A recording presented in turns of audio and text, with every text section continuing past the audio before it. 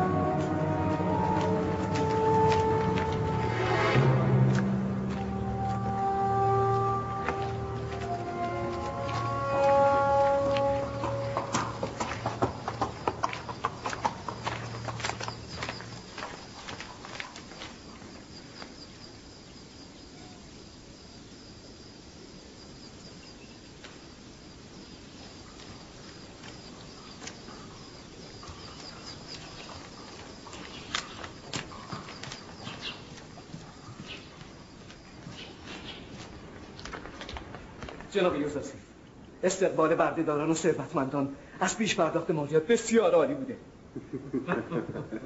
بدیهی است. آنکه به دنبال منفعت خویش است باید از بخشودگی مالیاتی استقبال کند. 1 سال مالیات پیش پرداخت میکند، بعداً 2 سال معاف میشود. عالی جناب، برای جمع‌آوری مالیات در دیگر شهرها نمیخواهید کاری انجام دهید؟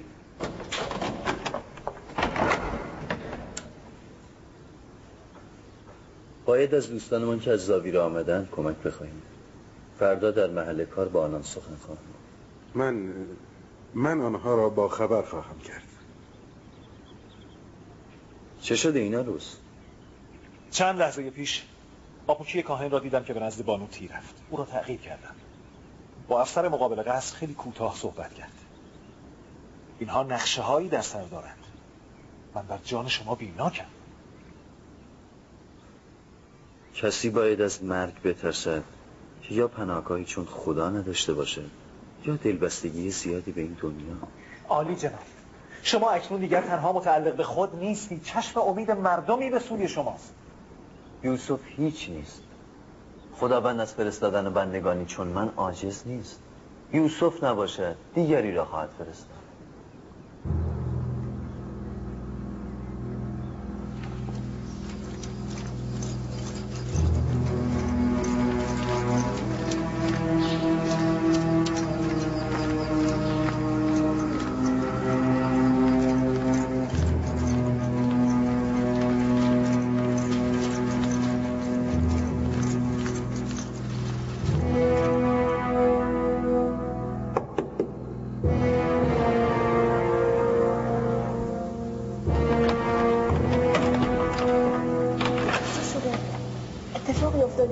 با بانو نفرتیتی کار داشتن.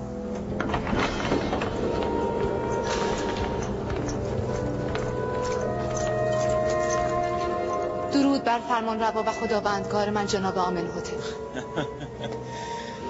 من به دنبال خداوندگاری بی همتا و توانا هستم.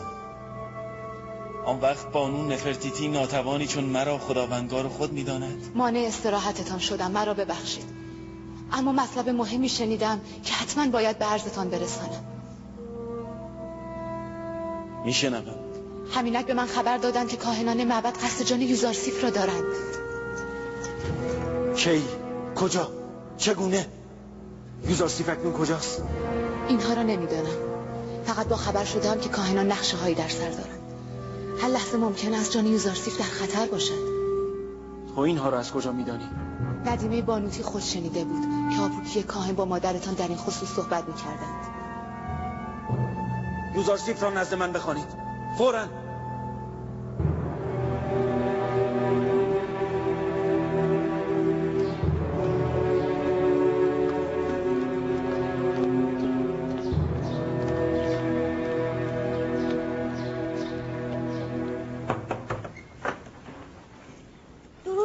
عزیز مصر یوزارسیف حکیم. درود خداوند بر شما باد. چه شده سراسیمه ای؟ جناب فرمانروا شما را احضار فرمودن و بسیار هم تعجیل دارند. اتفاقی افتاده؟ نگفتن ما این هم عجله چه کاری دارن؟ نه، فقط متوحش و مضطرب بودن و بر من فریاد زدم که شما را خبر کنم. بروید.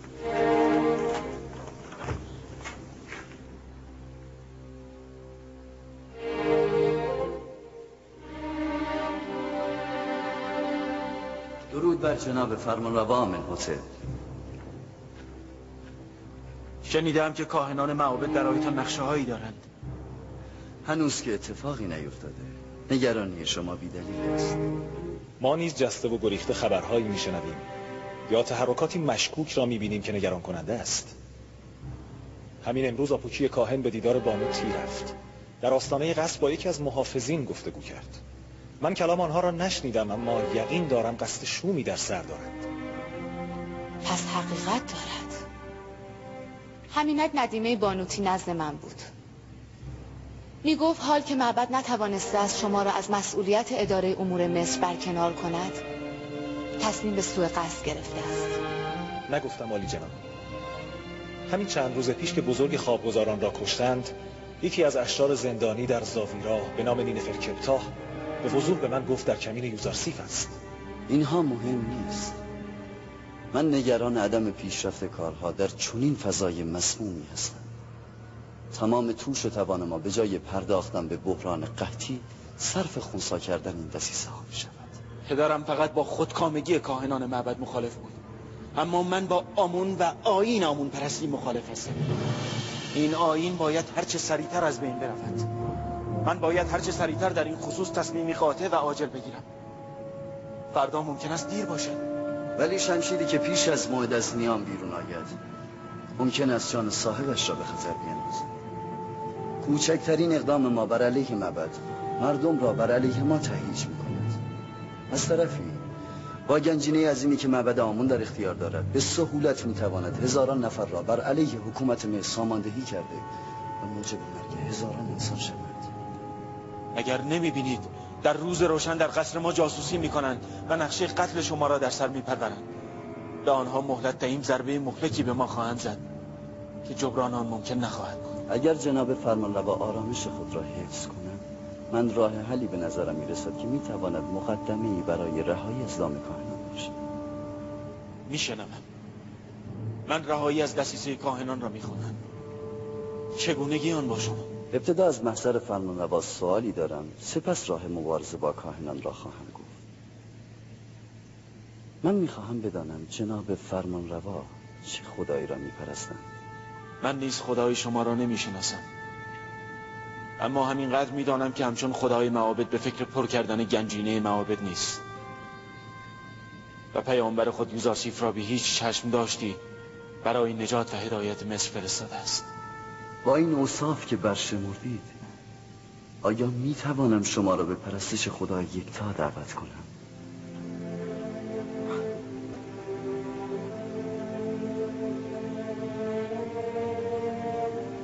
نیازی نیست، چون همکنون نیز من خداوند یکتا را میپرستم. خدای یکتا؟ آری، خدای یکتا، خدایی که یکسان بر همه هستی میتابد و الطافش یکسان شامل همه موجودات میشود. خدایی که حیات همه موجودات از اوست، رویش جنگل ها و باروری مزار از اوست. جناب فرمانروا نباید هیجان زده شوند. ممکن است دوباره به حالت اغما بیفتد. من خدای آتون، خدایی را میپرستم که هستی بی وجود او سرد و فسرده است. آیا منظور شما از خداوند یکتا همان آتون است؟ من درست متوجه نشدم. آیا جناب فرمانروا به آن خدا که فروزنده خورشید و خالق همه موجودات هست ایمان آوردند؟ هم به او و هم به پیامبرش. می توانم این خدای یگانه را آتون بخوانم.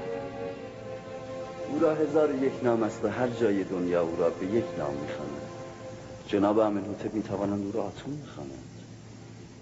آمن‌حتب، آمن‌حتب، من از این نام بیزارم، از نام آمون بیزارم. من آتون را میپرستم. این پس میخواهم خود را آخناتون بنامم. نام زیبایی است. پرستنده آتون، آخناتون. از فردا دین خود را ابراز خواهم کرد.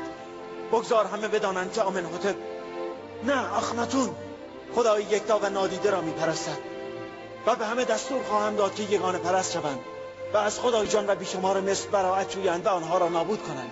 من با تغییر نام و یکتا پرست شدن شما موافقم، اما اجبار مردم به یکتا پرستی و تغییر آیین آنان را این زمان صلاح نمیدانم. به چه علت؟ با مخالفت مردم روبرو میشوید. مردم هنوز آمون را دوست دارند، اما اگر شما نام آیین خود را تغییر دهید مردم به تردید میافتند، زیرا آنها شما را فرزند خدا میدانند و بیزاری شما ایمان آنان را به آمون سست میکند. با این وضع کاهنان معبد از تغییر نام شما بسیار خشمگین خواهند شد. تردیدی نیست. من پیشنهاد میکنم این تغییر نام آیین را طی یک مراسم رسمی و در حضور همه مردم انجام دهید و به همه ابلاغ کنید. این کاهنان را به وحشت میاندازد، زیرا تغییر آیین فرمانروا از عظمت آمون و اعتبار کاهنان میکاهد. به این ترتیب باید معبد آمون را در قصر خود تعطیل کنیم و بانو نفرتیتی نیز به آیین یکتاپرستی درآید. به این ترتیب از نفوذ کاهنان معبد در قصر جلوگیری خواهد شد. در این صورت خطر بیشتری جناب یوزارسیف را تهدید می‌کند، چرا که معبد همه این حوادث را از ناحیه ایشان می‌داند. نگران نباشید، خداوند نگهدار من است. جناب یوزارسیف، خداوند پیامبر خود را نگهداری می‌کند، ما هم پیامبر خود را. نگهبانی خداوند که از ما سلب مسئولیت نمی‌کند. هیچگاه او را تنها نگذارید، به خصوص وقتی که از قصر بیرون می‌روند.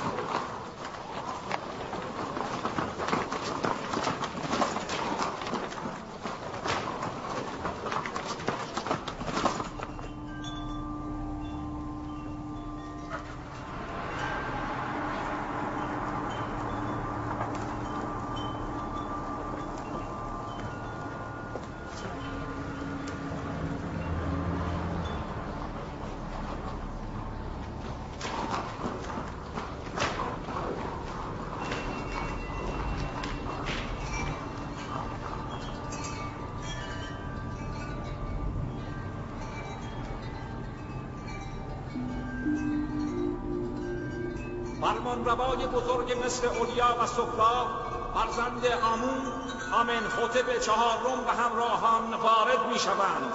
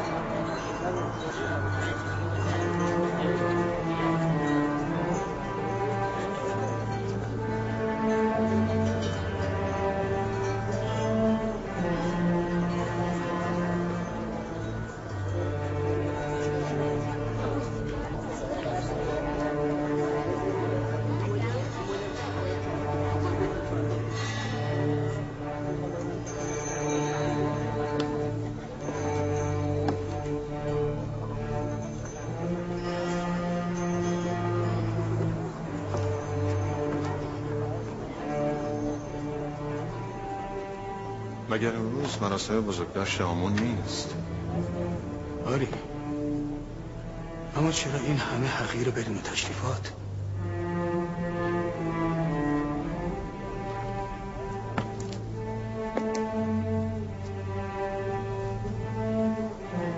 امروز روز به قدرت رسیدن آمون خدای بزرگ مصریان است. در این روز آمون طی یک مبارزه خدای پیشین مصریان را شکست داد و خود بزرگ خدایان مصر شد. مردم مصر هر سال این روز را گرامی می‌دارند و فرمانروای مصر مراسم آیینی ویژه‌ای را برگزار می‌کند. علت حضور تندیس آمون در اینجا نیز همین است.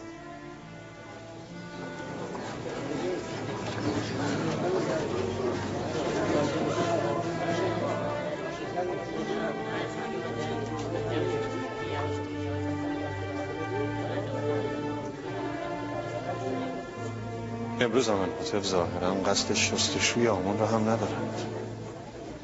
نه بخوری، نه تقصیل محراب. امروز باید آمنحتب لباس رسمی می پوشید. باید آمون احترامی کرد و به پای زانو می زد. علت نجواهایتان را می دانم. چند سوال ذهن شما را مشغول کرده. اینکه چرا لباس رسمی نپوشیدم، در مقابل آمون زانو نزده و بخور در آتش نریختم و چرا محراب آمون را با خون غسل ندادم. پاسخ روشن است. من از این پس دیگر آمون را نمی پرستم و به خدای یکتا ایمان آوردم.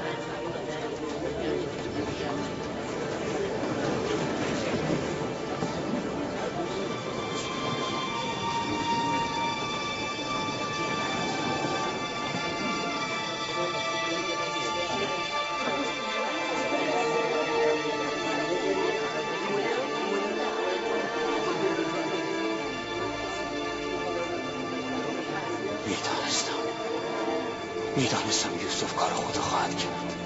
آری، من به خدای یکتا، به خدای آسمان ها ایمان آوردم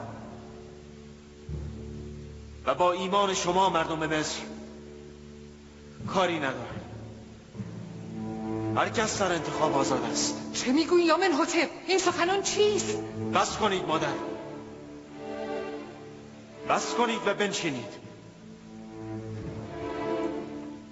شما کاهنان این تندیس را از اینجا بیرون ببرید. عصر اخناتون از این پس به آمون نیازی ندارد. معبد آمون را هم ببندید. این قصر از این پس معبدی هم ندارد. با شما هستم. گفتم این تندیس را از اینجا ببرید.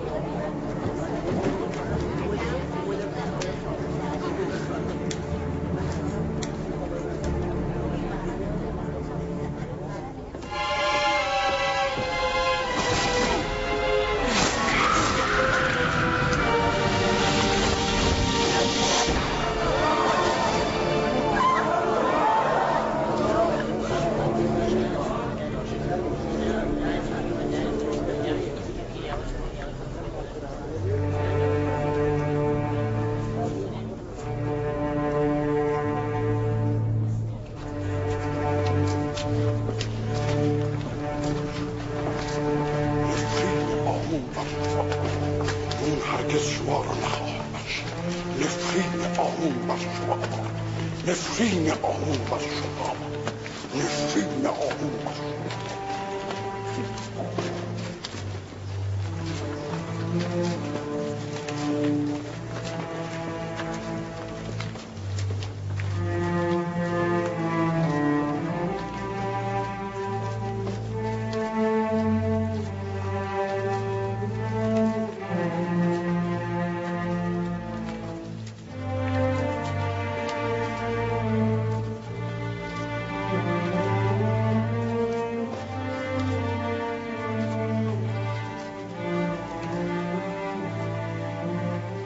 بزرگان، سرداران و اشراف مصر،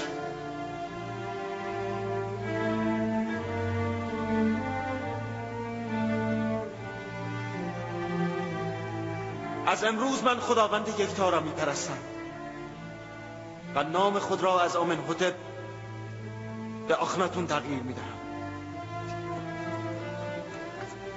این را در سرتاسر مصر به گوش همه برسانید. نام فرمانروای مصر آخناتون است، یعنی پرستنده آتون، خدای یکتا.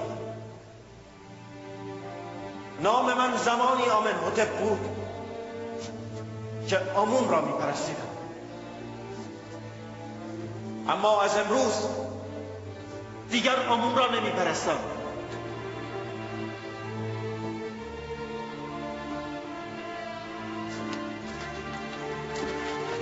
بر قصد کفر حکومت می‌کند به آمون و معبد آن نیازی نیست. این حاصلای کفر خود با آمون را خواهند دید. آمون این همه بی ایمانی و کفر و تحمل نخواهد کرد.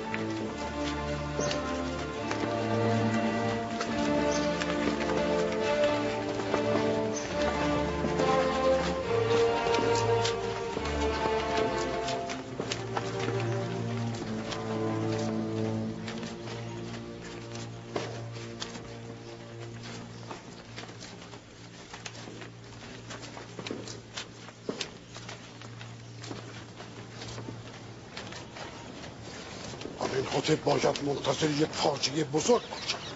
من انتقام خواهم گرفت.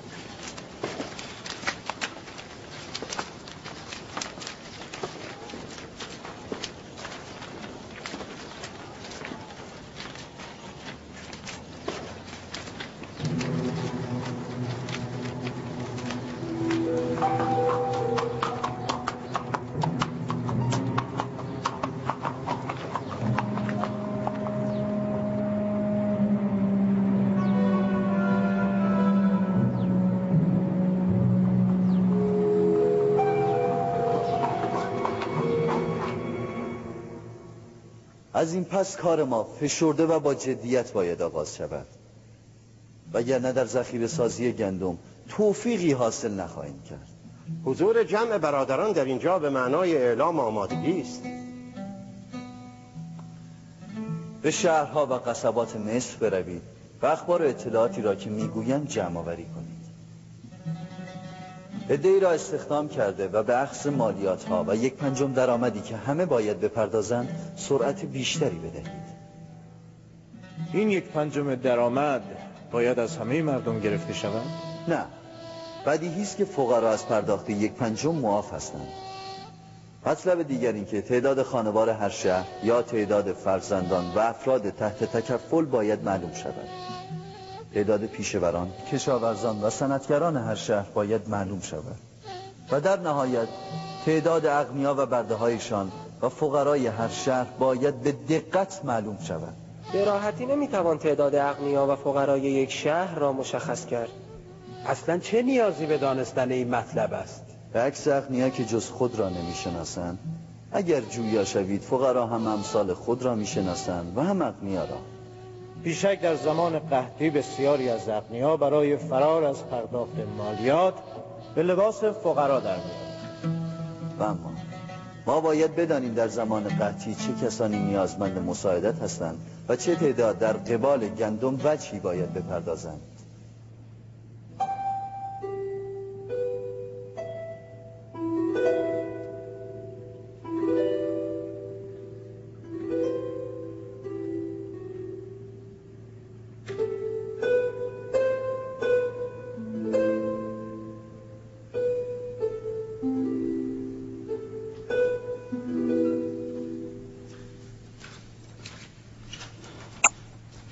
درود بر بانو زلیخا.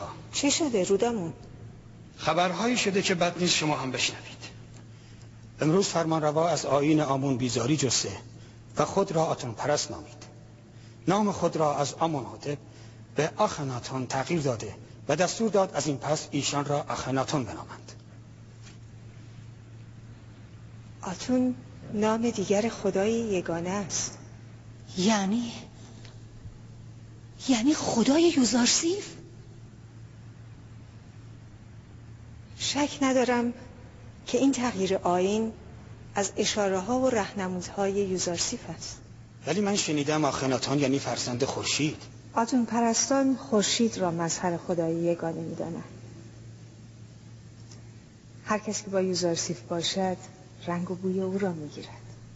چه کسی فکر می‌کرد که یک برده به جایی برسد که سرنوشت عظیم‌ترین امپراتوری جهان را به دست بگیرد؟ خودمون به تازگی یوزارسیف را ندیده ای؟ آنخماها و کاهنان معبد همه حوادث را از چشم شما می‌بینند. این روزها بیرون رفتن شما خالی از خطر نیست دالی جناب. جناب مالک، شما محله های فقیرنشین تبس را میشناسید؟ آری، 20 سال در آن آواره بودم. من نیز 20 سال است در تبس زندگی میکنم، اما تا کنون فقط 2 بار هم در کودکی تبس را دیدم، با پوتیفار و بانو زلیخا. ظاهراً تصمیم گرفتید محله های فقیرنشین تبس را ببینید. باید از نزدیک اوضاع شهر را ببینم. نگران نباشید، ببینید که با لباس مبدل میروم، کسی مرا نخواهد شناخت.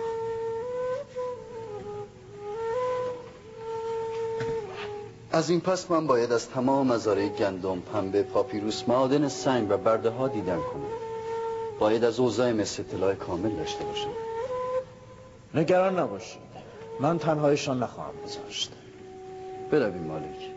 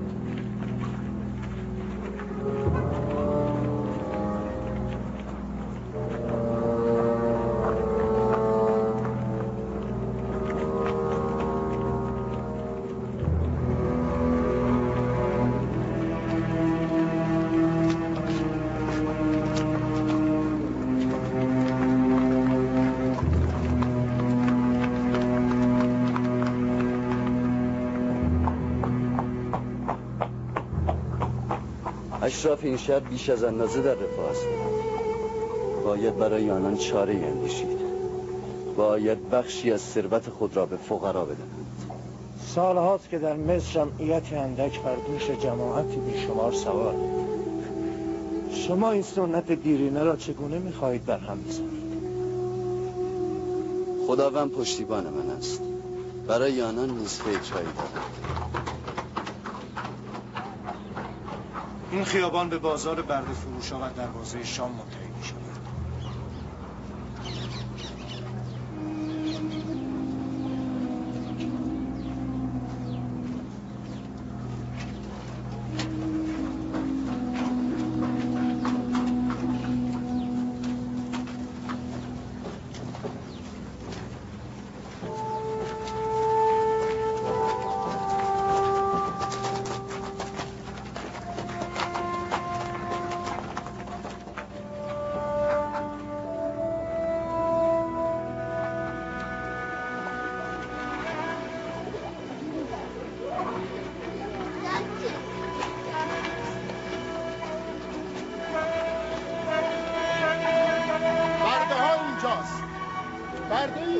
جوان، قوی هست و سالم، دندانهای سالمی هم من با 100 بروشم. 100 دقیقه کسی نبود؟ 100 دقیقه.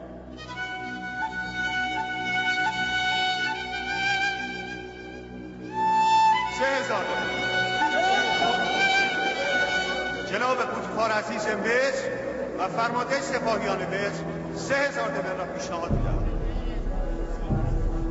جناب پوتیفار 3000 دبن پیشنهاد دادن.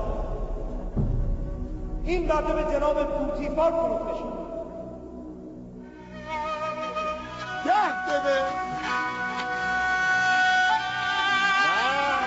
گفتم که قوی است و زورمند.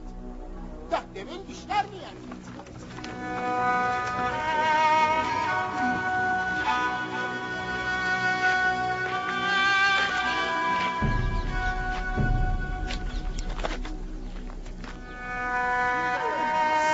به 50 بیشتر ارزش دارد. مطیع است و سربراه. 20 سال پیش مرا روی آن سکو به فروش گذاشتم. پوتیفار مرا به 3000 دبن خریداری کرد. به خاطر میآوری مالک؟ آری، دبنها رو به پوتیفار پس دادم. اما چند سال بعد جناب یوزارسیف را به دست آوردم. من هم از اینکه دوست خوبم را دوباره یافتم خوشحالم. برویم.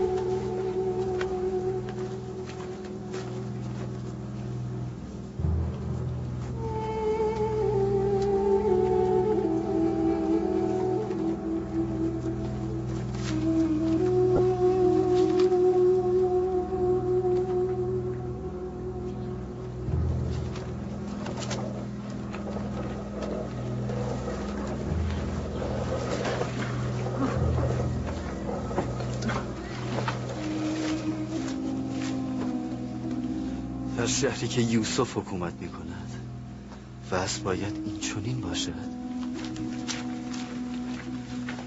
خداوند مرا نبخشد اگر به این ستم رضا دهم. آنچنان این اوضاع را تغییر دهم که فرا دستان به زیر پا بیفتند و زیر دستان زبردست شوند. بالا و پایین جای خود را تغییر دهند و فقیر و غنی همسنگ و همسان شوند. ما می‌خواهیم جناب یوزارسیف را ببینیم. نیستم، بروید بعدم بیایید. ما همینجا منتظر می‌مانیم. ما همینجا منتظر می‌مانیم. همینجا می‌مانیم او را ببینیم. ما همینجا منتظر می‌مانیم.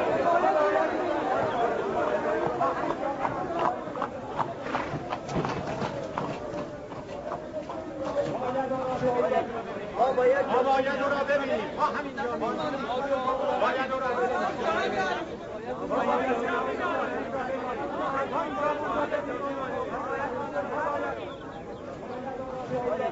ما باید او را ببینیم. ما همینجا باید او را ببینیم.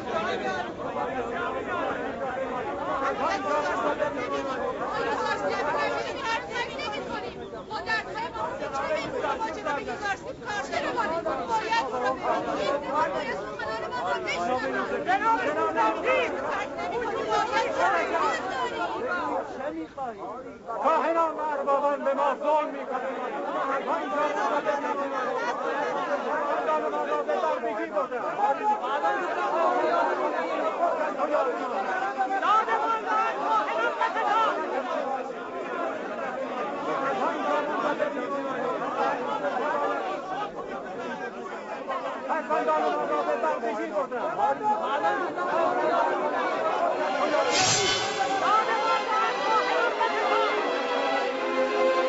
بسیار، من به شما قول میدهم که داد شما ستانده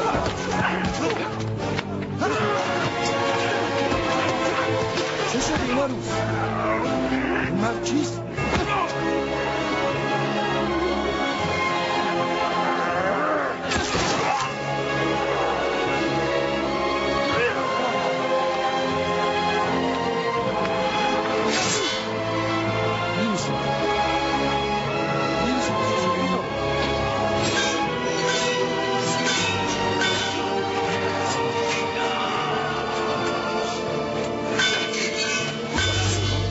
خراش کوچکیست.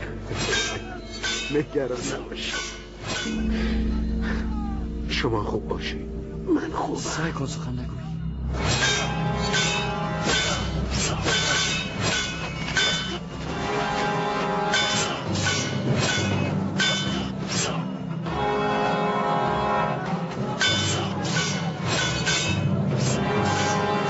او را با خود دست ببرید. نگهبان ها! سینوهی طبیب را هم خبر کن.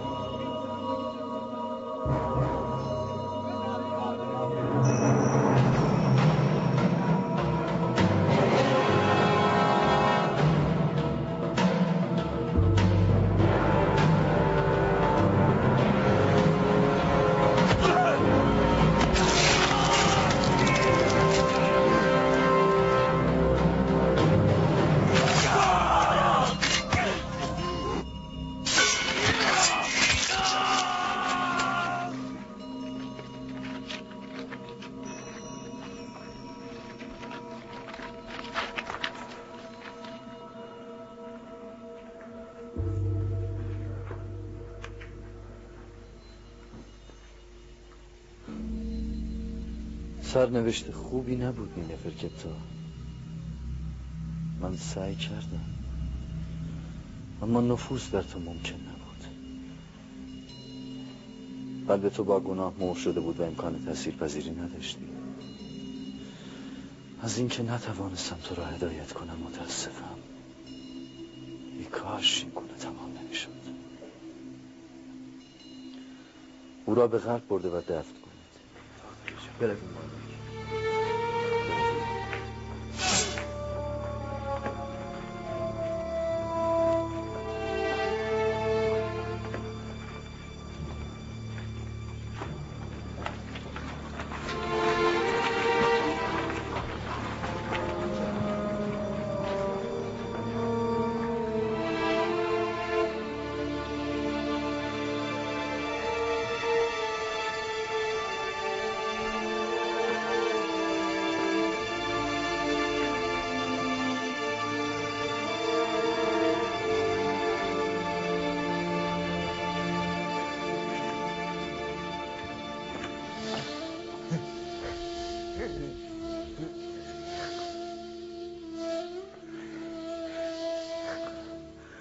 از تو سپاسگزارم.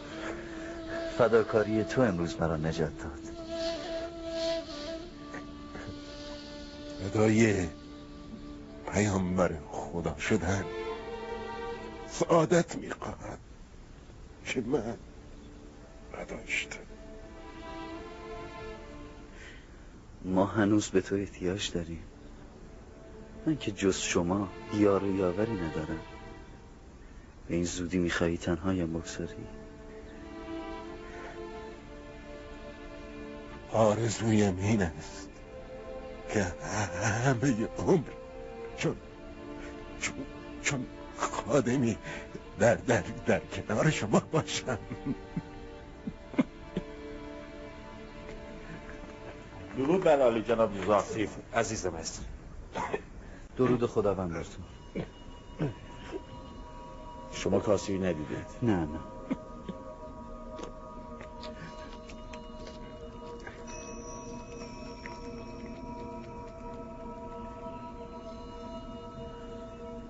زخم عمیقی است.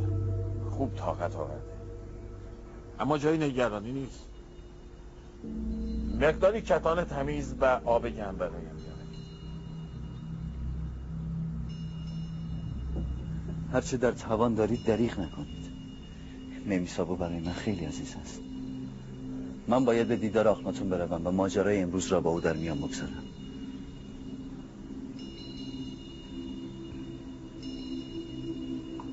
ما از کجا اطمینان داریم که آن بیرون خطر در کمین جناب یوزارسیف نیست؟ جناب یوزارسیف نباید تنها قصد را ترک کند. شهر ناامن است. درست؟ من میروم مراقب او باشم.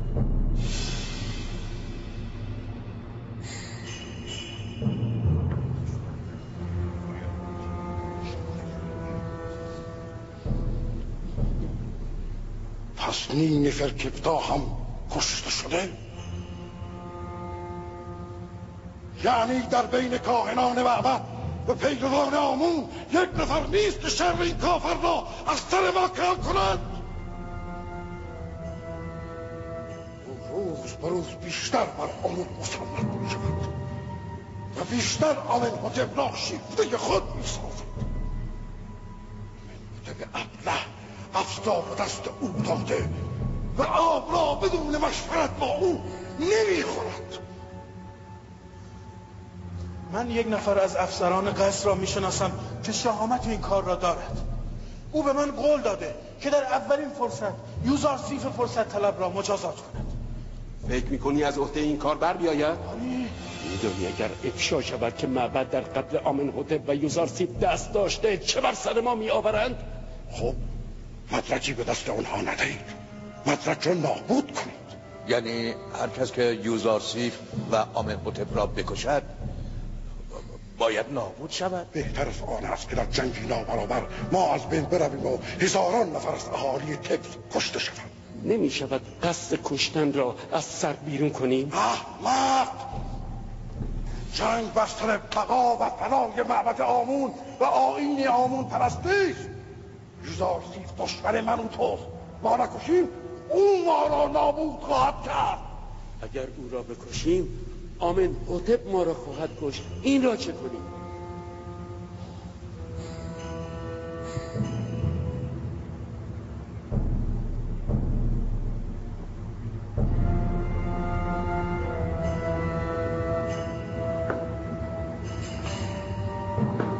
ای آمون دشمنان ما را نابود کن. نگذار یک بیگانه کافر بر امور ما مسلط شود. نگذار خدای واقعی و بی‌هویت یوزارسیف بر تو و دیگر خدایان مصر مسلط شود.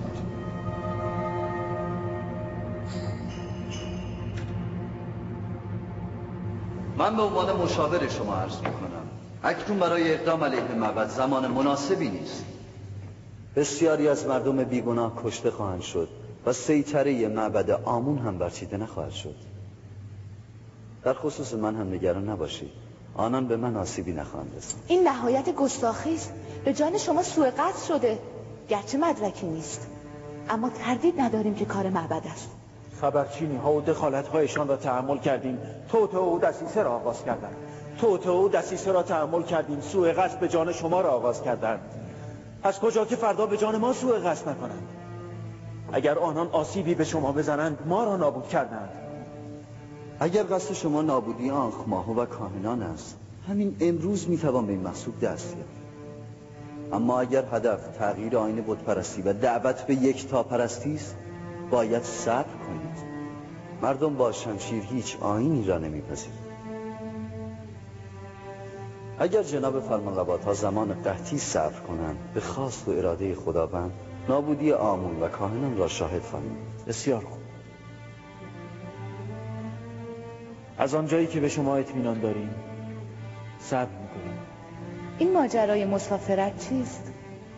شنیده این قصد سفر دارید؟